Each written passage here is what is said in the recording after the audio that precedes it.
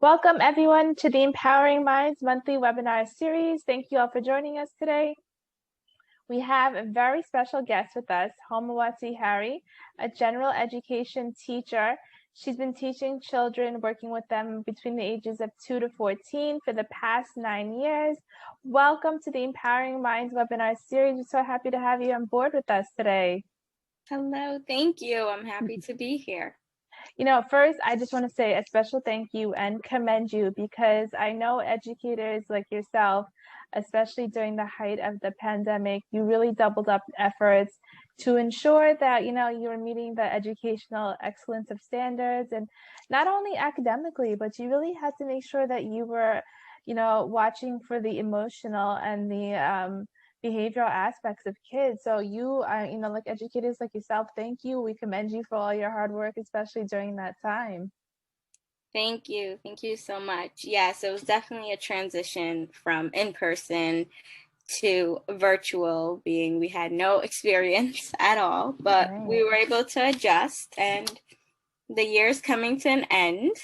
So it's been going well so far. There was challenges emotionally, as well as physically, kids really wanting to be with each other in the building and outside surrounded by other kids as well. Right. And I know like that personal interaction is sort of like the heart of education. So I'm sure that was posed a lot of challenges for children as well. Tell us a little bit about your background. Just I want to, I know you have a couple degrees and you have some special training, right? Yes, I have my bachelor's in early childhood education and my master's in early childhood education with extension of special ed. And right now I am pursuing my master's in early intervention. Nice. And I'm almost finished with that. Great. Sounds like you have a lot under your belt. Yeah, that's really cool.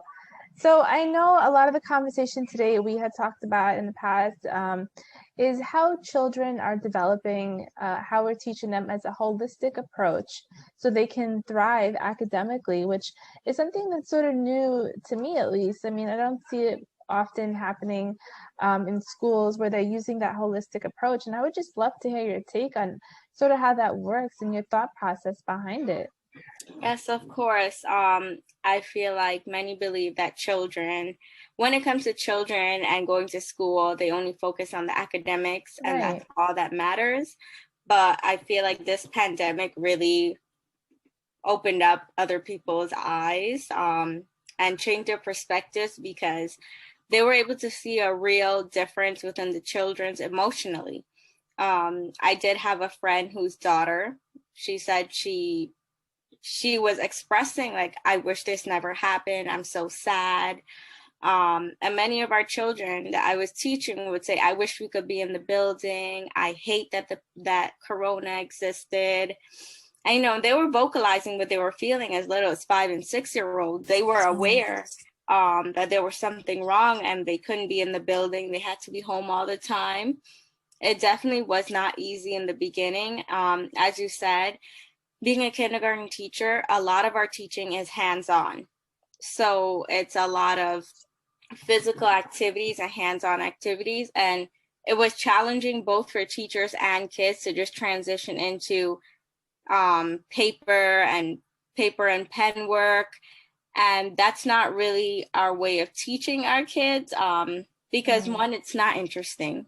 It's not engaging.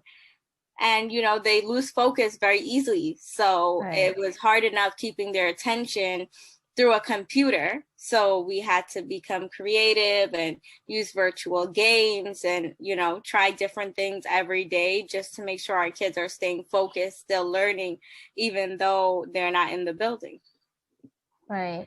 And it's interesting because, you think about it from an adult's point of view or perspective, especially during the height of the pandemic, how were we dealing with it? How was our anxiety heightened and our stress levels heightened? So I can only imagine how that felt for kids, especially toddlers at that age. And for them to be able to voice that and speak to you about that, at least they opened up and at least they, came and they expressed their feelings in some way.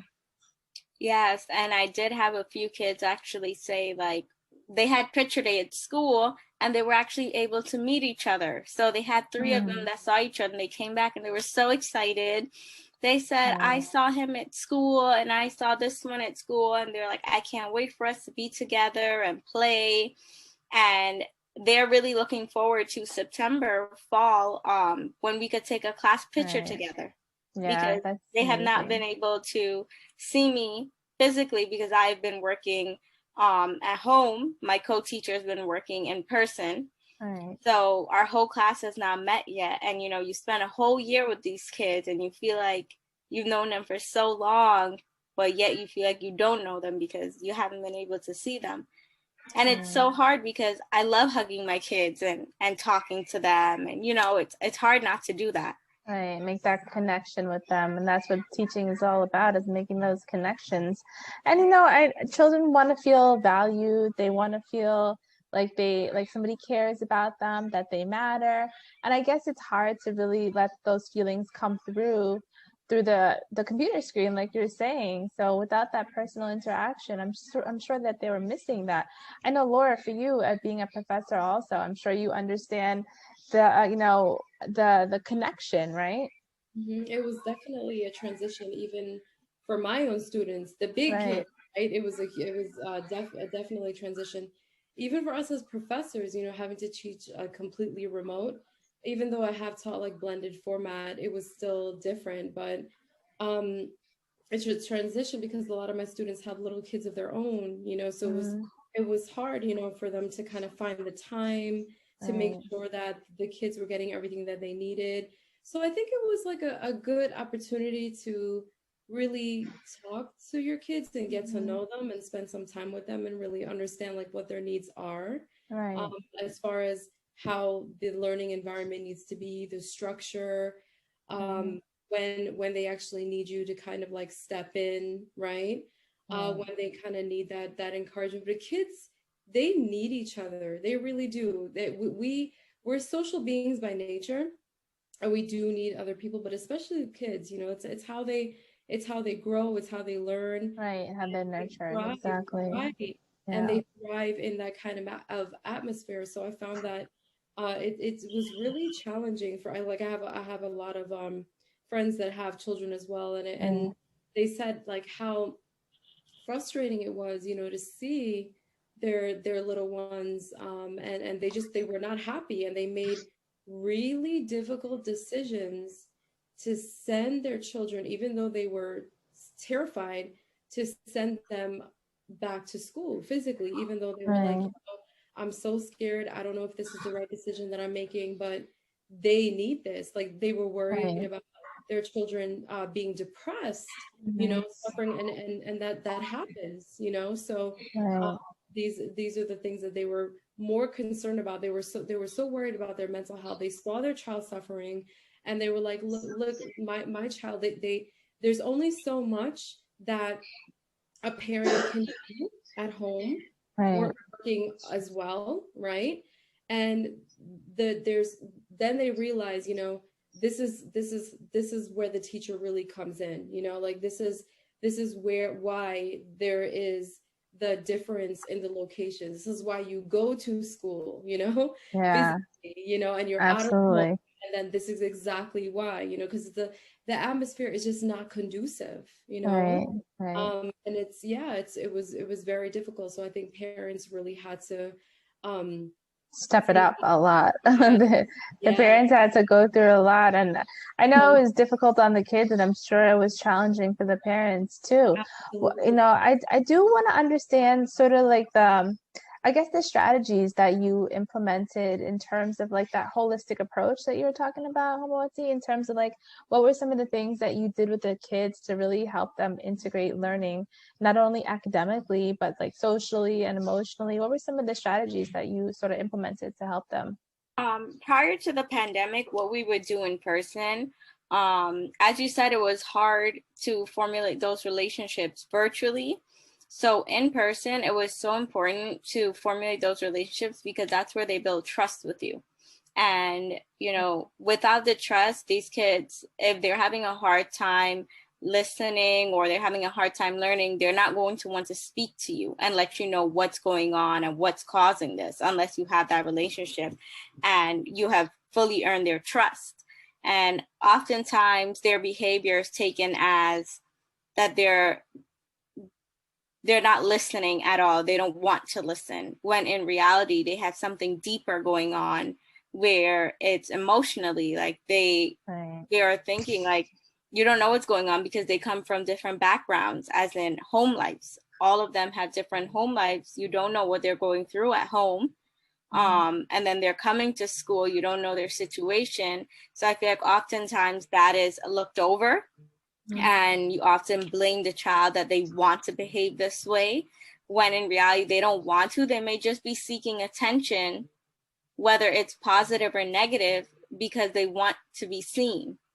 And oftentimes what happens is, us as teachers, sometimes what happens is we focus so much on the kids that maybe acting out or maybe acting a certain way that we don't give enough attention to those that are following the rules and that are doing what they need to do. So then I feel like that can often lead to those kids then following those behaviors.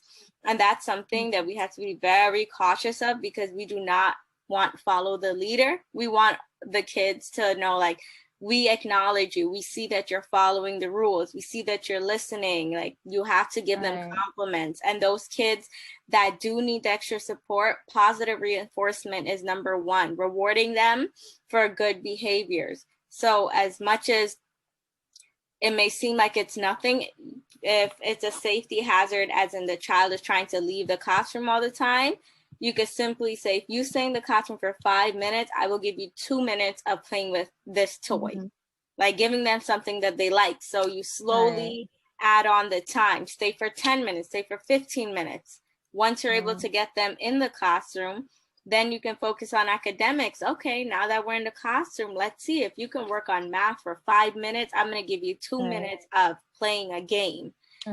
It's all about working with the students, listening to them, compromising with them, because they are human beings. And I feel like oftentimes that's something where it's like, oh, they're just kids. They don't know anything. Like, you know, whatever you tell them, they'll listen, but they have feelings. And we tend to neglect that sometimes. I know with my kids in their school, during the height of the pandemic, they would like send home questionnaires and ask questions about their social and emotional well-being, which I found to be, I was like, wow, you know, this is so interesting that they're sending home these questionnaires. Like, how are you feeling today? Are you feeling sad? Are you feeling anxious? Are you feeling angry? Is there a smiley face? Is there a frown face? You know, like things like that, where they were just trying to understand their well-being, basically, so that if they were okay to come back to school, or if they were okay to be in remote learning that day.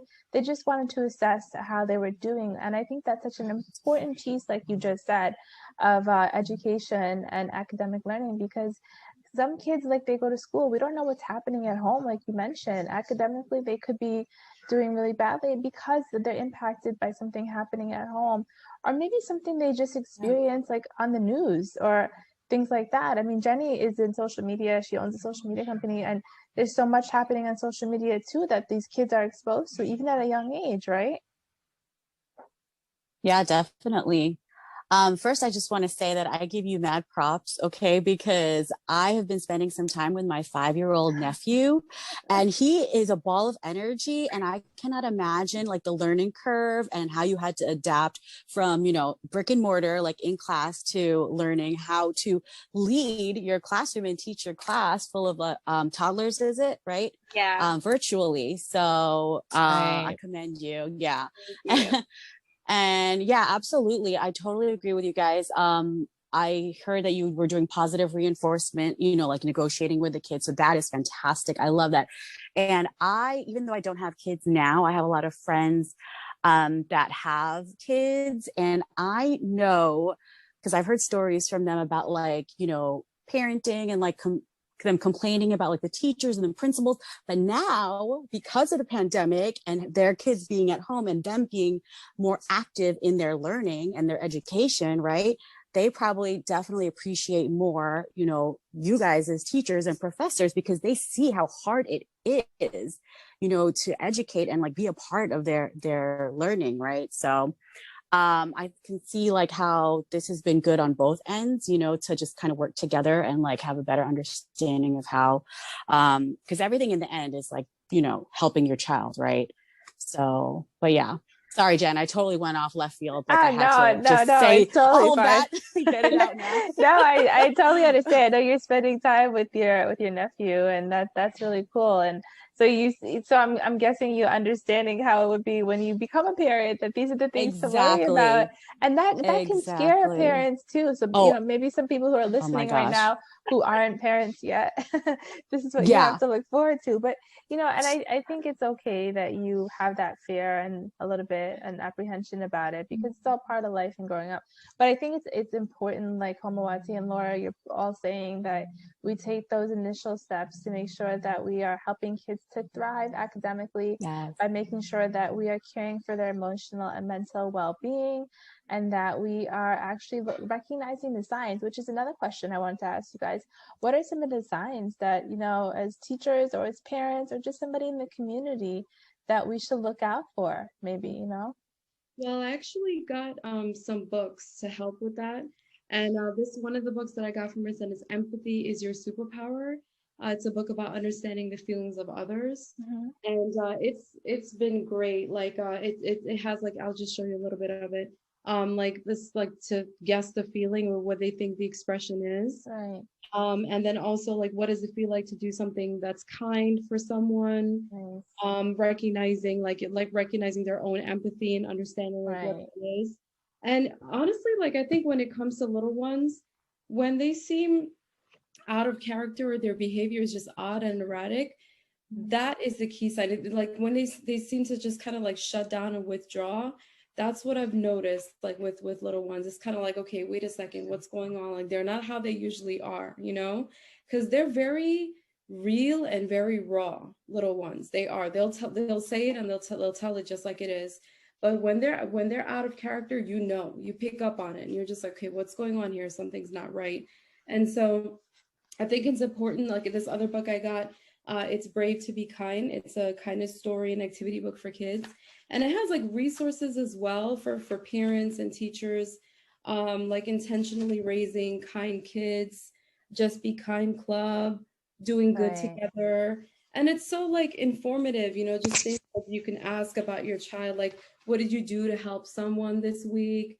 How do you feel when you help another person? Hug your brother, sister, parents, write a thank you letter to someone that you love. So it's really about teaching kids some of those life lessons, important life lessons, and just keep embedding that within them. That's great, Laura. Yeah, that makes a lot of sense. Absolutely. And I love those resources. Yes.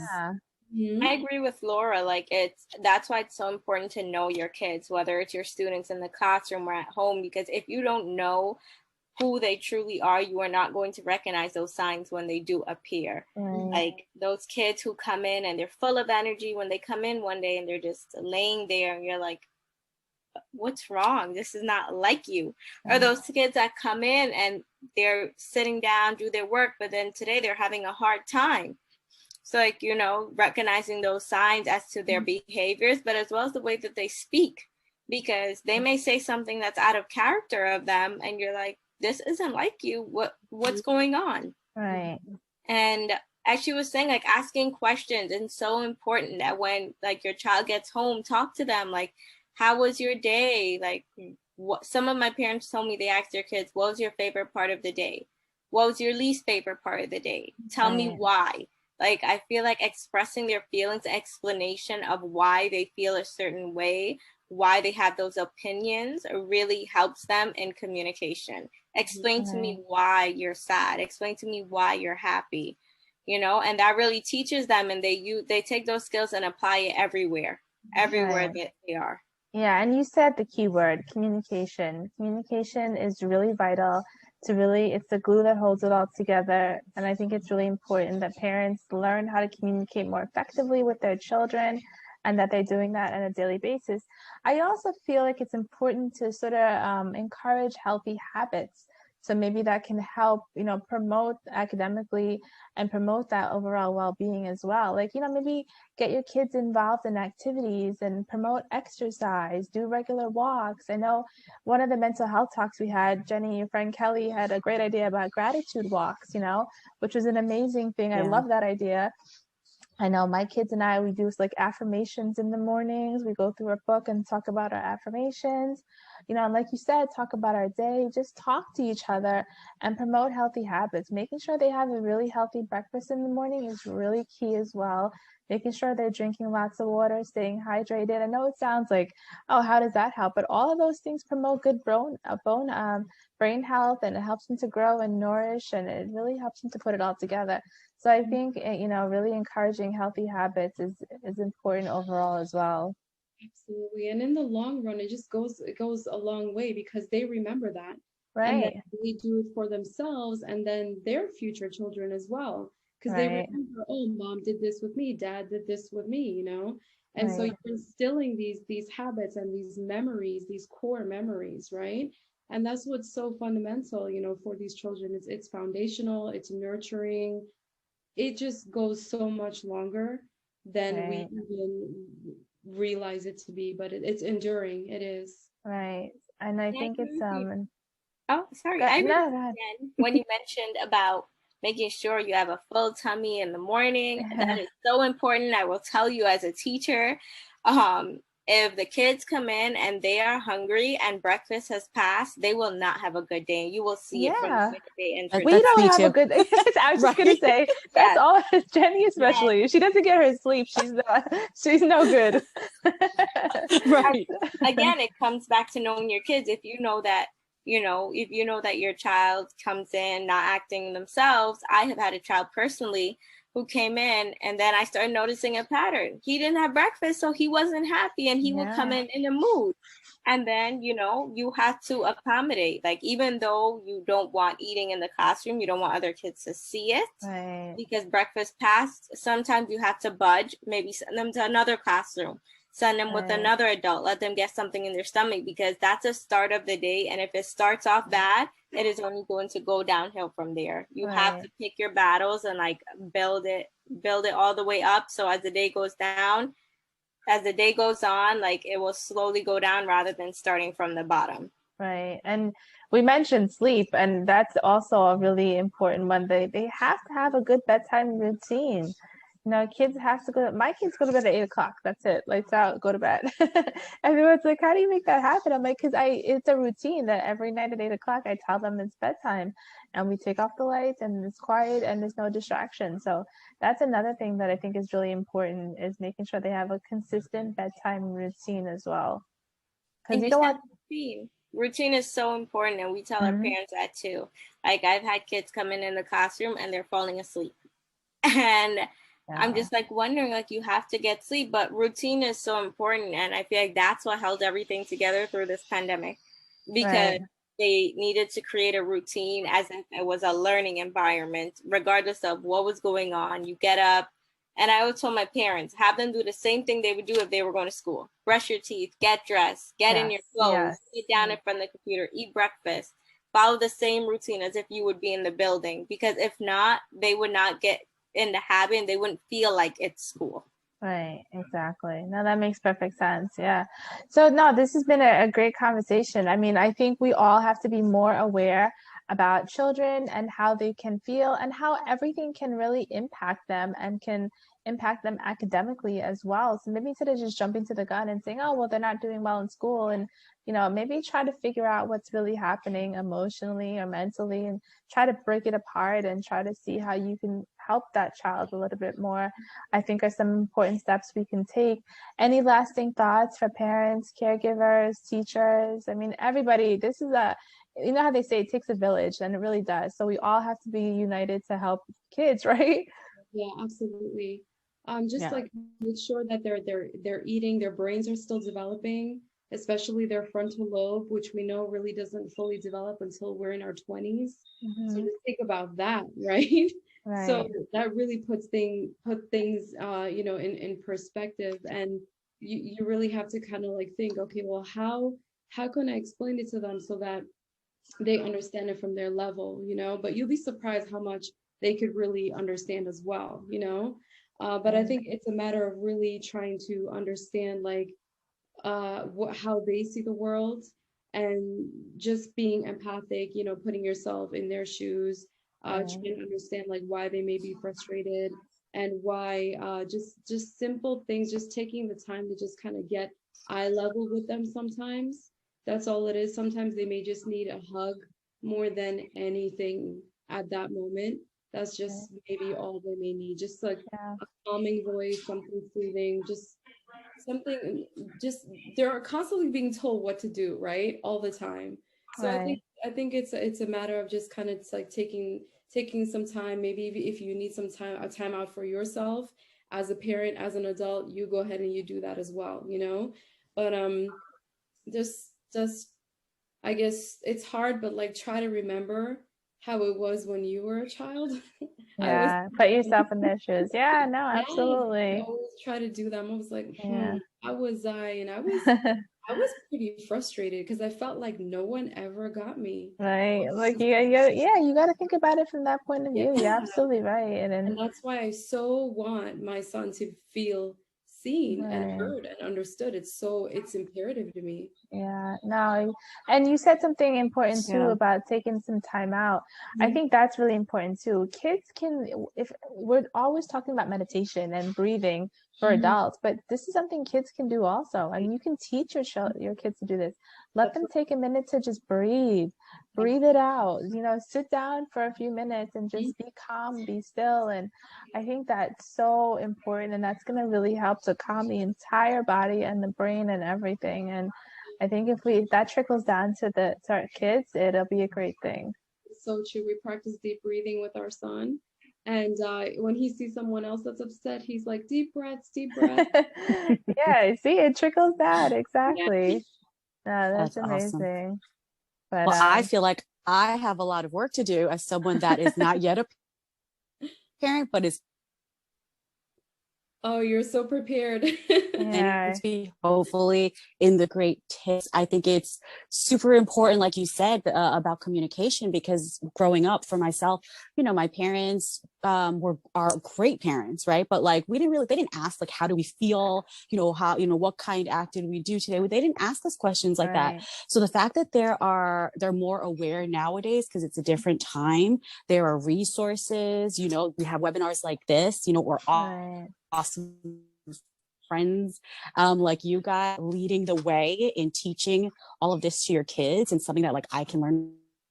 I'm so appreciative. So thank you so much for the info. No, definitely. And thank you so much, Amawati, for joining us. Any lasting thoughts, and how can people find you? And thank you for having me. And one last thing I think is so important is for parents and teachers to know that they are each other's support system. Yes. So parents must communicate with teachers. Like, I'm very understanding. If there's a reason work wasn't done, if there's a reason like something's happened, just talk to your teacher and let them know, because they're more understanding than you think. And also work with us, because we do work in the classroom, but we also need practice at home. Right. And same for teachers. They need to be more communicative with parents. If you notice something's not right, you notice that the child's been off, you have to be able to speak to the parent, because they may not see what you're seeing at school, right? So they may see behaviors at home that you're not seeing at school. You may see behaviors at home that they're not seeing, but neither party knows, and there's nothing we can do because we're not communicating. Right. And I feel like that's something so important I've learned throughout the past couple of years with working with kids and families. There's so much miscommunication that can happen due to not speaking. Right. And absolutely. not having that verbal communication. Right. And there is a way to reach me, as you were asking, Jen, Building Little Einsteins, on Instagram as well as on Facebook. You can go ahead and follow me for more helpful tips, or if you want to reach out, have any questions, please feel free to do so.